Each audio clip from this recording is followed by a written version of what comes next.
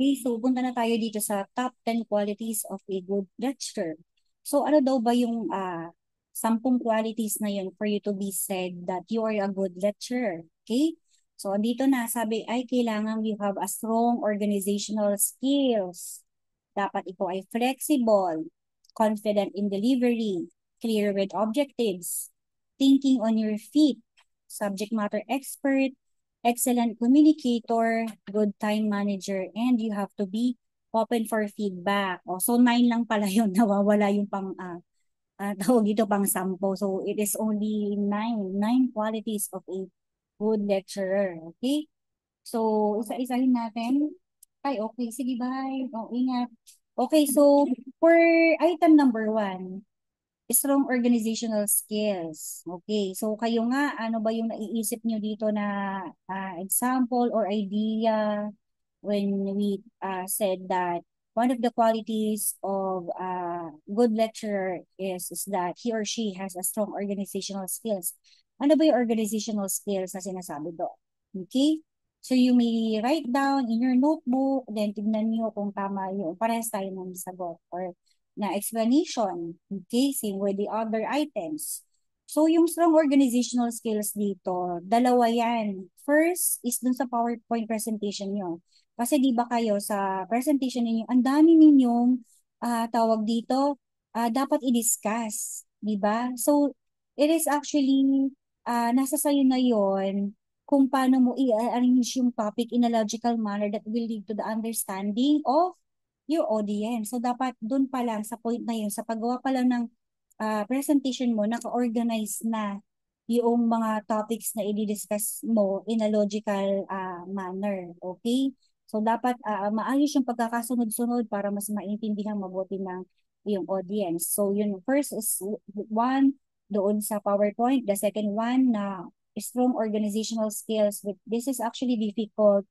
It requires rigorous training practice for you to attain this. Okay, so but the key is kailangan prepared ka na nakapaghanda kang mabuti. So ito yon. Dapat when you deliver your presentation, syempre, tawag dito, you will not rely kung ano yung nakalagay dun sa bullet. It will only serve as your guide, but make sure when explaining, kailangang naka-organize din yung how you explain.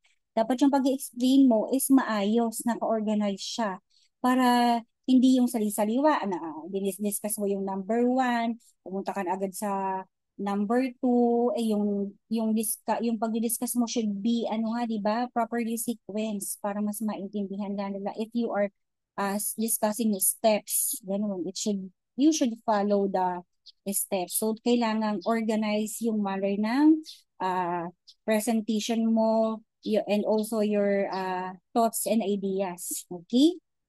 So, for number 2, yan. So, dapat, anong nakalagay dyan? Dapat, flexible ka. Flexible in terms of what? Okay, yan. O sa halimbawa, ikaw ay magle-lecture sa ibang lugar and meron kang mga certain materials na dapat mong dinala which is nakalimutan mo. And doon na siya naka-design yung activities mo na you will be needing those materials na naiwan mo. So, dapat you have to be flexible. Dapat mabilis kang mag-isip kung ano ba yung alternate na activity mo na pwedeng ipagawa na hindi nasa-sacrifice yung expected outcome mo. So, gano'n. O, pwede namang i-advance mo na yon. O, kumbaga, parang plan B. Gano'n, may gano'n ka na agad. Basta you need to be flexible at mabilis kang umaksyon kasi nandun ka na. Mabilis kang mag-isip. Okay? The third one is that you should be confident in delivery. So, ayun, paano ko ba magiging confident, di ba, sa pag-deliver? Parang ang hirap naman yata yun, lalong-lalo na if it will be your first time to discuss. Paano mo ipapakita sa iyong presentation that you are confident? Okay?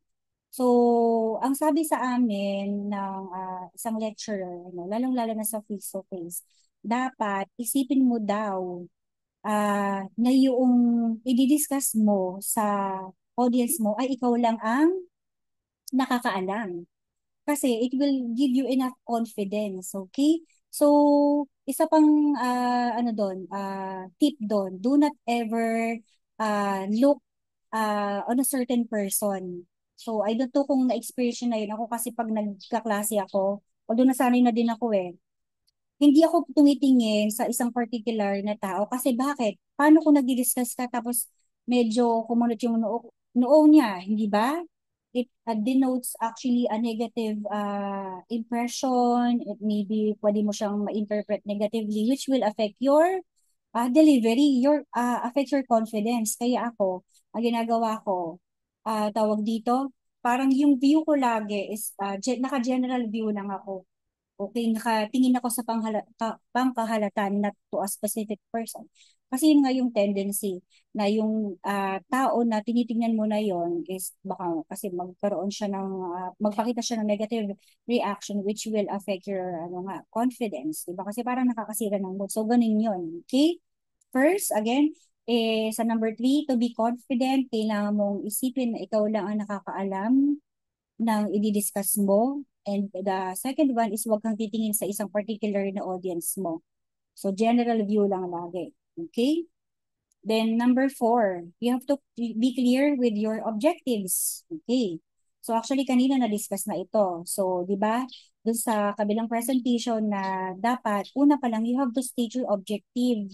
You have to present your outline para alam na nila kung, tawag dito, yung, kumbaga parang, it will spark their interest na, okay, ito pa, pala yung kailangan kong matutunan dito. Ito pala yung dapat niyang i-discuss. So, it is actually very interesting. Okay, so yun. So, with that, ang mangyayari is, syempre, if it's for her interesting or that specific audience, ang gagawin niya is magiging attentive na siya kasi nabanggit mo na agad yung objectives, nabanggit mo na agad yung mga specific topics na i-discuss mo. Yun. Okay? Then, number 5, thinking on your feet. So, ano bang ibig sabihin yan? Thinking on your feet. Okay. So, kasi pag ikaw ay isang lecturer, you are being tagged as an expert of what you are discussing.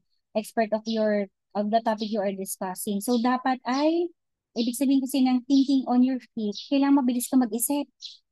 Ayan, meron kasing, hindi kasi class mawawala na we will have audiences na minsan mas magaling pa sa atin. Ganun talaga. You have to accept that. But, ang kailangan yung gawin doon is dapat prepared kayo. Okay, and yun nga, thinking on your feet kasi ibig sabihin mabilis kang mag-isip.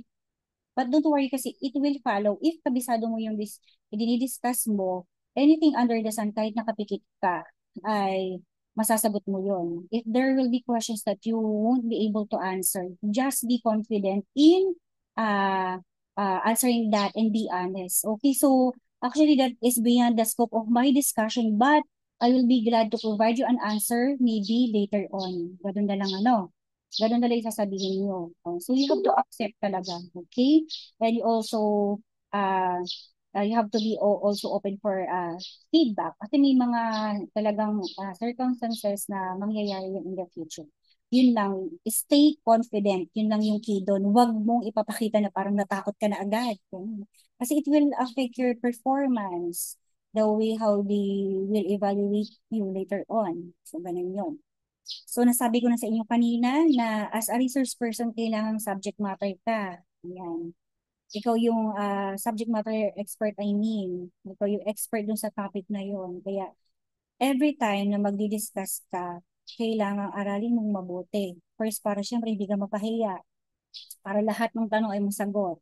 Ayan, nobody's perfect, but yung ganong circumstances ay nangyayari and you have to be prepared, you have to anticipate. Okay, you have to prepare in advance. Remember, uh, delivering a lecture is a performance. It is always a performance. Lahat tinitingnan dyan. How you speak, how you relate to your audience, how to interact with them. It is a performance. Okay? So, yun, ikaw ang bida doon sa, ano na yun, sa event na yun, if you will be speaking and being a bida, of course, syempre, kailangan magpapabida ka. Okay, di ba? Pabida in terms of, you should be an expert nga. Okay, di ba? Hindi ka pwedeng mapahiya. You have to prepare. Okay? So, ano pa? Excellent communicator. Yun nga, actually, ang challenge kasi dito is, Merong magagaling na tao, but not all of them actually can communicate their ideas properly. But don't worry nga, lahat naman kasi ay nadadaan sa practice. Okay?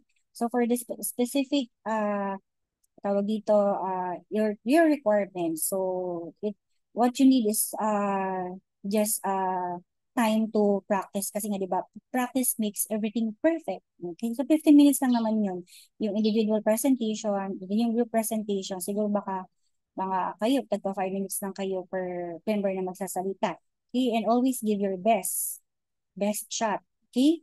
So, ito yung isa pang pinaka-importante, number 8, good time manager. Ayan, kung 15 minutes lang inalat sa'yo, 15 minutes lang. Kasi kahit gaano kagaling, ayan, if you fail to deliver on time yung discussion mo, yun, nag-exceed ka ng time. So, what will happen? Siyempre, mauumay na sa'yo yung ano, yung mga audiences mo and baka na-info overload na sila. So just finish your presentation in the allotted time. Do not ever exceed. So acceptable pa siguro 5 minutes extension but no longer than 10. Masyado nang matagal yon. Yung 5 na matagal na yun. Okay? So yun. And then of course, open for feedback. So yung feedback talaga kasama yan. Okay? So kami nga mga faculty na feedbackan. We use that feedback to improve, not to degrade. Okay? So yun, ganun lang. So, ano pa?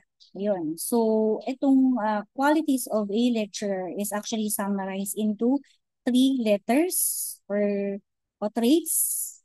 Yan. Sabi dito, PEP or PEP. So, dapat kailangan prepared ka. Prepared na dapat inaral mo lahat about your topic, possible questions that will be possibly asked. And of course, expert ka na to the point na kahit nakapikit ka, kaya mong sagutin yung mga katanungan within the scope of your topic. And yung sinabi ko sa inyo kanina, you should be a performer, di ba? Nga pinag-aaralan sa speech, di ba? How you, tawag dito, how you pronounce words, yung gestures mo, yan, you are a performer as a lecturer. Okay? So, yun. Pause lang ng konti. Then, ituloy ko na kasi I think malapit naman ang matapos to. And konti na lang naman na to. Then, color and contrast daw sa PowerPoint presentation. So, yung binanggit ko sa inyo kanina, di ba? Sa kabila, bawal daw yung masyadong dark. Yan. But dito nakita niyo naman na uh, black yung background, malamig naman siya sa mata, and white yung kanyang font. So, acceptable naman yung ganyan. Wag lang yung striking na font color na bright. Okay? So, white is acceptable kasi malamig din siya sa mata. So, sabi dyan, use a dark font on a light background. Opposites. It is best for printed slides. Then use a white or light font on a dark background for darkened rooms. So, yan. Kung na-darkened room yung inyong event, then mas mainam na dark background. Kasi why? To emphasize yung mga text. Doon na lang sila nakafocus, hindi ba? Ayan. And the same time listening to the lecture. So, ayun, marami naman daw mga uh, templates sa Microsoft, pero kasi mga jologs yung mga, ano nila, yung mga designs. Mas maganda na sa Canva. Okay? So, wag namang overly designed. Okay? Yung tama lang, looking professional pa rin at the same time, tawag dito, visually appealing. Siyempre, hindi naman kinder yung ano nyo, di ba? Audiences nyo, kaya do not use too many colors kasi it overwhelms the eye. So, ano pa? Mga simple backgrounds lang. So, nakita nyo ito, plain black lang siya, yung gamit ng resource person namin, na may-ari nitong presentation. Then, single background siya all throughout. So, kung ako naman, ang style ko, always white background, black text. Then, meron ng kaunting footer na ganyan. Minsan si LSU logo nandyan, title ng presentation ko. So, yun lang. Ganun ang kasimple. And of course, balance. So, sa mga sa journalism, pinag-aaralan yung balance kung paano ka dapat maglagay ng images. So, meron yung J-style. Ibig sabihin, meron dito sa upper right, and lower left. Yan. O kaya naman, parang pa-diagonal. So, upper right, lower, left. Ganun, parang balance niya, okay? So, sa images yon. So, sa text naman, kailangan lagi naka-left justify ang mga bullets. Siyempre, wala namang gumagawa niya yung centered bullets, di ba? Kasi nga, it is difficult to read. So, yun, huwag kayong maglalagay ng graphics sa center kasi mahirap ka na maglagay dyan ng text. Yan. At syempre, kung maglalagay kayo, yung binanggit ko nga sa inyo kanina, it's either diagonal, pa-letter J, opposites up and down. So, yan. Para makapaglagay pa kayo ng enough text sa gilid. At hindi siya parang mukhang disorganized. Masinop tignan. Okay? So, ito, if you will be using a graphics, of course, common sense naman yan, huwag ka maglalagay ng ganyang graphics na mayroong mga watermark. Okay, na grab. Maghanap ka ng equivalent niyan, may malinis na version na ganyan. Okay? So, dapat, actually, merong mga minimum yun eh. Minimum of 300 dpi, I guess, sa resolution. Ganun. Lower than that is malabo na. Okay? So, yun. Huwag kayong gagamit ng mga may watermarks nga. At ito, actually, ito sa PowerPoint presentation, gumagalaw yung mga yun, nakakaduling, nakakahilo. So, huwag kayong gagamit ng mga animated GIFs kasi nakakahilo. Okay? So, in presenting data, use bar graphs, pie charts instead of plain tables of data. So, katulad nito, di ba? So, para kasing pag gumamit ka ng ganito mga graphs, para may analysis na agad, hindi ba? Na Coca-Cola pa rin ang most popular brands on Facebook. Okay, so yun. Okay? So, meron silang 61,569 fans. So, yun. Rather dito na you will just read. Dito madali na. May analysis na nga on your end. Makita mo na agad kung ano ang pinakamataas, kung sino ang pinakamataas. Okay? So, stop ko dyan. Then, next video will be delivery of presentation.